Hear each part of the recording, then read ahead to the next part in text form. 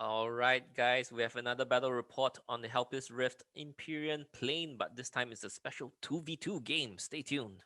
Hello there! I like to watch battle reports to get better at games. So I started making short, summarized battle reports that focus on learning points. So welcome to my channel, Newbie Dice. Do like, subscribe, and hit the bell icon if you enjoy my videos.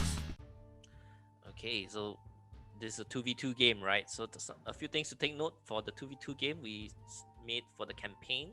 So firstly is 1,300 points per player. This special point value was chosen because we usually play 2,000 point games in our meta, but if it's 1,000 points per player, it comes out with very stale and not very creative lists. Anything above 1,300 will result in a much larger game once you double the points up for 2 players. So 1,300 felt just nice. We also allowed all the armies to affect each other. Unlike allies, your inspires your allies, your partner, right? Radiance of Light, Rally, Aura effects, all these spell effects, they all affect your partner's units as well. So this way your units will truly intermingle and mix on the board. If not, we tend to find that if you play them as allies, each player will be just playing on their half of the board because they want all their units together to synergize. Of course, this opens up to more combos and the like, which might not be 100% balanced, but since this is a Halpi's Rift campaign, which isn't balanced anyway, we decided to go with this. It's proven to be quite fun because even from list building stage, you can think of synergies and combos with your partner. So let's move on. We're playing on the Empyrean Plane, which has a very interesting scenario, Winds of Change. If you'd like to read it in detail, you can pause it here. I'm just move on. Channeling table, there's some brutal channeling table effects in this game. There's a Hammer of Magic Force effect. There's a Thunderous Charge effect, which is pretty strong as long as you're not disordered. It's like a free pain chant. Guiding Light number 6 ignores modifiers on shooting attacks. Celestial Restoration and Sharp Eye Incantations are great spells as well. So for my drops, I brought 3 Shock Troop Hordes with Halberds and Plague Pots because firstly I want to share my rally with my partner, and my opponent has a Brothermark player with he likes to bring his Order of Abyssal Hunt, so I brought Halberds in anticipation of that. So this campaign also has our bodyguard unit and the general unit, which levels up and gains extra abilities, which are listed in red. And yeah, the rest are just a sprinkling of stuff. Let's move on. My partner with Nightstalkers, he has 3 units of Phantoms, one of the units of Phantoms on the right side. Butcher Horde, Butcher Regiment, Horror, Dreadfiend, and Scarecrows, and Mind Screech. My opponents, one is the Order of Brothermark. He didn't bring Order of the Abyssal Hunt. Instead, he brought 3 hordes of Palace Guards. His bodyguard is the very blendy one with Brew of Sharpness. I think he has leveled up to have extra attacks as well, so it's very, very strong.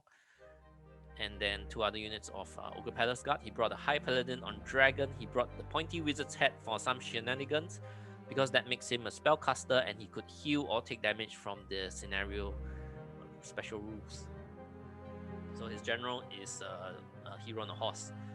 So for the Abyssal Dwarf player, he brought 2 different flavors of mortars because no duplicates at 1,300 points, 2 hordes of golems, a horde of decimator, 2 gargoyles, and the hexcaster. I think the hexcaster has weakness, and the ironcaster has the sharp eye incantation. Let's look at deployment. A few things that I would like to highlight that's not very obvious in the deployment. So this is a unit of Butcher's Regiment. This is Phantoms. This unit here are Phantoms, and this unit on the extreme right side are Phantoms. I guess the rest of the unit, as we move forward, I could explain what units they are to you. This empty base over here is actually the High Paladin on Dragon. So moving up, firstly, I'm just going to draw a line over on the left side. This is blocking terrain. Yeah, and it splits our army down here.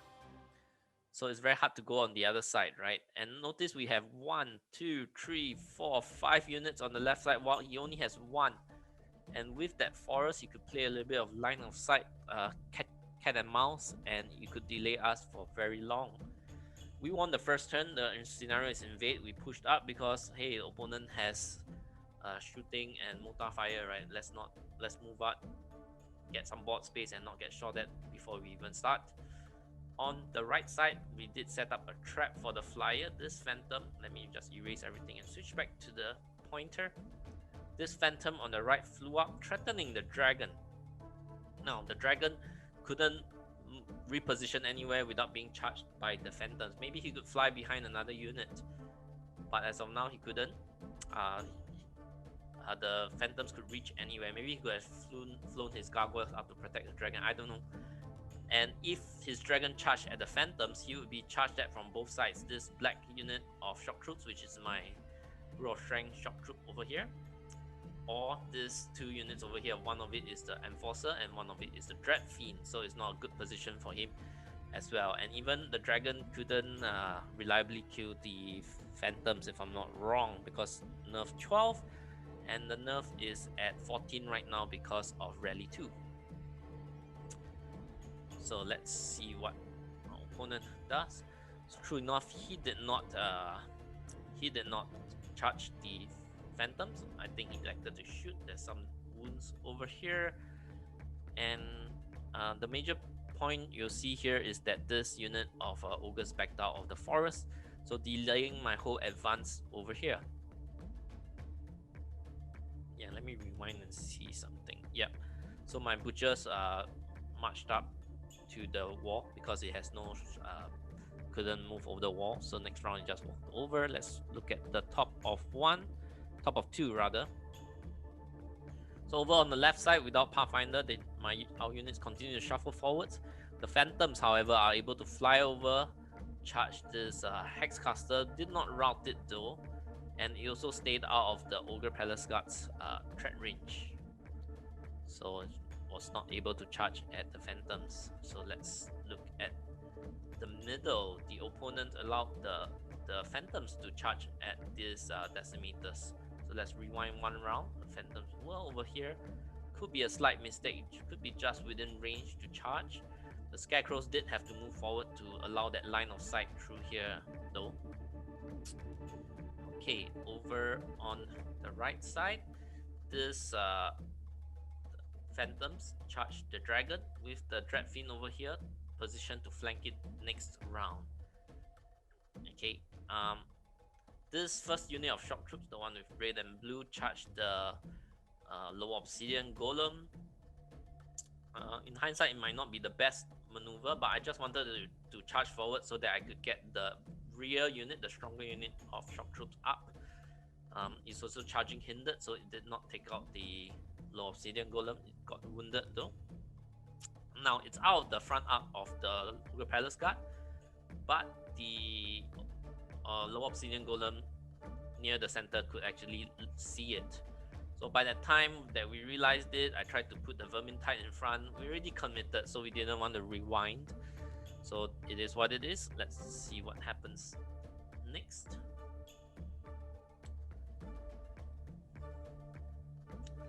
So over on the left side, the Ogre Palace Guard position itself to charge this Phantoms next round. The Hero Exemplar Hunter charged at the Phantoms to ground it.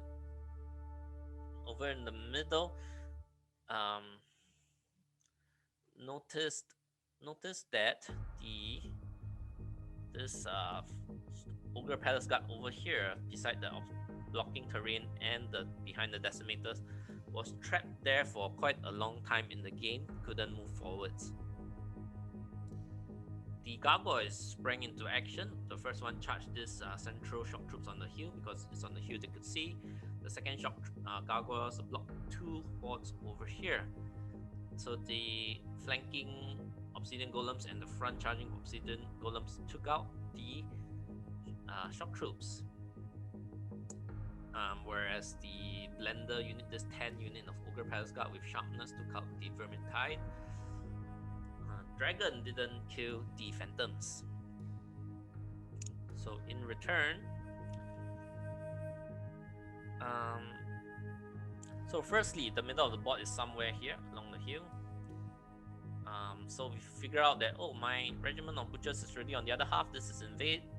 Mission accomplished. I don't need to try to kill off that unit that's hiding behind, all the way behind over here. So this horde of shock troop with sharpness started to turn around. It wants to get around the blocking terrain to help the center, because looks like we're a little short-handed in the center. Gargoyles in the middle got taken out. Gargoyles on the side got taken out. And the Enforcer chafed up one unit of the Obsidian Golems. Now this shock troop is positioned in a way that the flank is to the Blender unit of Palace Guard, and so he couldn't charge it. Now the Dreadfiend and the Phantoms did not take out the Dragon.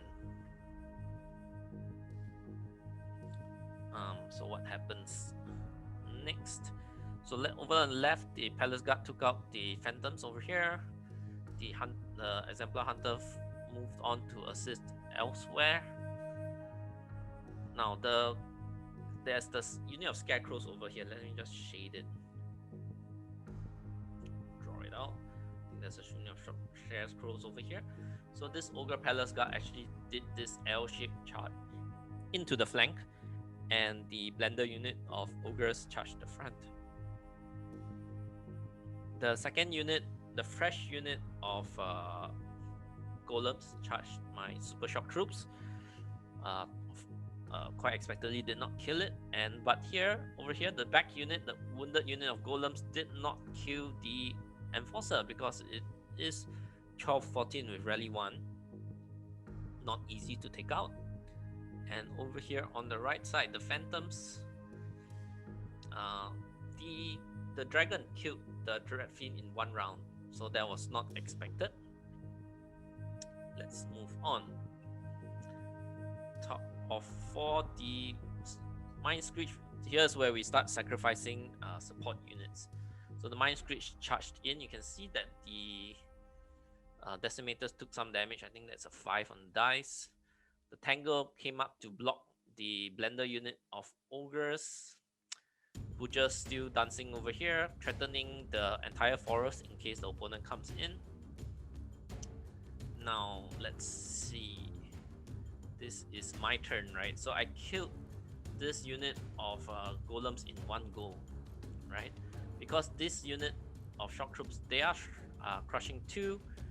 My allies are Horror, does have Being Chant, and he has that Vicious Aura. The original position of this unit is here. It kind of killed and overran forward because he just needed probably a 1 to get out of the front arc of these Super Ogres. So Crushing 3 with Vicious killed the Golems and overran forwards. The overrun forwards also brought my shock troops within 12 inches of the 2 mortars, which means the mortars can't shoot at it. So the Phantoms continue to poke at the Dragon, not killing it. So moving on. The Dragon punched back at the Phantoms and still did not kill it, so the Phantoms were really lucky to survive so many rounds of combat, but also that is partially balanced out by the Dreadfiend being taken out in one round. Overall, I think we're still on the lucky side. Let's see, the Enforcer finally got killed by the Golems here. This Ogres killed the Tangle and turned to face the center. Actually, he wants to take out this horde. I think at this point, they didn't realize, my opponent didn't realize the mortar was not able to shoot because of indirect fire until this point. Yeah, the Exemplar Hunter, probably with the Decimators, took out the Mind Screech, and then the General went forward. The Decimators go back. This is a mighty hero, so I was hoping that I couldn't make the big overrun roll to kill the the Decimators. Okay, over here on the left, his Ogres did end up poking into the forest, because at this point, one regiment of Butchers is not gonna cut it against this Ogres, and this horde of butchers has already went to the middle, so he confidently moves in. I am gonna take a hindered charge as well if I charge at his unit, and I think his unit has Strider. So where will we? Yeah, so top of 5, this is before the ogres come in. So my shock troop did charge at the decimators. You can see a lot of damage here. I think I might have rolled a double 1, failing to kill the decimators, and that also spells death for my shock troop. As you can see here, his shock ogres are about to charge me next round. This was probably taken as he takes his first movement while I took the end of turn shot. You can see on the the left side, my units charged at his Ogre Palace Guard. This Brute Mother over here is nothing to sneeze at as well. It has 8 attacks and elite from items and leveling up in our campaign. Let's see, over on the right side, I did kill that unit of injured, what do you call that? The injured obsidian golem. Okay, so you can see that the horror is quite far away, not giving that vicious aura, because it has to stay on this half of the board to get Bane Chantry. If not, if it crosses over Bane Chant 1, not reliable. So next, bottom of 5. So you can see that the Ogre Palace Guard took out that shock troops in the middle. Decimators are heavily wounded, but no worries, this horror does have a lightning bolt with boomstick to kill it off. Now this unit is facing off the Butcher Horde. These Ogre Palace Guard charged the regiment of butchers but failed to kill it. I'm not sure if he rolled quite badly, but that's pretty lucky on my side, I guess. Bottom of 5, you can see that the dragon finally killed off the phantoms, but because he has that pointy wizard's head, it's constantly taking damage while within his half of the board. And now with my shock troops facing it, he has to face my shock troops. So my shock troops did charge at it and eventually killed it. I think it's dead at this point. I missed one picture in the middle. So this is the bottom of 6. Now my shock troops are facing this way, pretty safely on the other half of the board. His Ironcaster, I think, automatically died from the scenario. Now the center, this Ogre Palace Guard charged at me, charged at the butchers, and failed to rout it. So I think after the game we realized that our opponent forgot to add Brutal. The Brutal would have killed it, but at the point of the game we did not realize that. Our horror did, in that one missing picture, take out the decimators, which are heavily wounded with lightning bolt. Yeah. Over here on the left, you can see that the ogres killed that butcher regiment, and I think it overran forward because it's trying to make its way to the opponent's half of the board via invade, but it did not clear my Brute Mother, so my Brute Mother gets to flank it next round. I think it punched this unit in the flank twice already, because remember, he didn't kill me one time, so my Brute Mother punched it once in the flank, and it's about to punch it again one more time because there is turn 7, and this is the end of turn 7. Everything is dead. Yeah, opponent only had 1 mortar. We had just 2 scoring units. The shock troops over on the left, sorry, the right, and the Brute Mother on the left. A horror in the center, and that's the end of the game. So some learning points. Firstly, the flyer trap. So we did set up this flyer trap where we have the phantoms there, threatening the dragon, and the dragon, damn if you do, damn if you don't. If you charge the phantoms, you get flanked. If you don't charge the phantoms will charge you. So that's a great trap to set up for flyers. It does take a lot of units, right? At least 3 units, 1 phantom, 1 unit on the left, 1 unit on the right. So that's quite costly maneuver, and the opponent, maybe he could have put the gargoyles.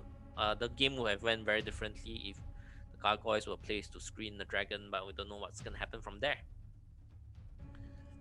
Now our opponent did something really amazing by holding the entire left flank with 1 unit. True enough, we eventually won that, but that's not with a lot of points being wasted on the left side.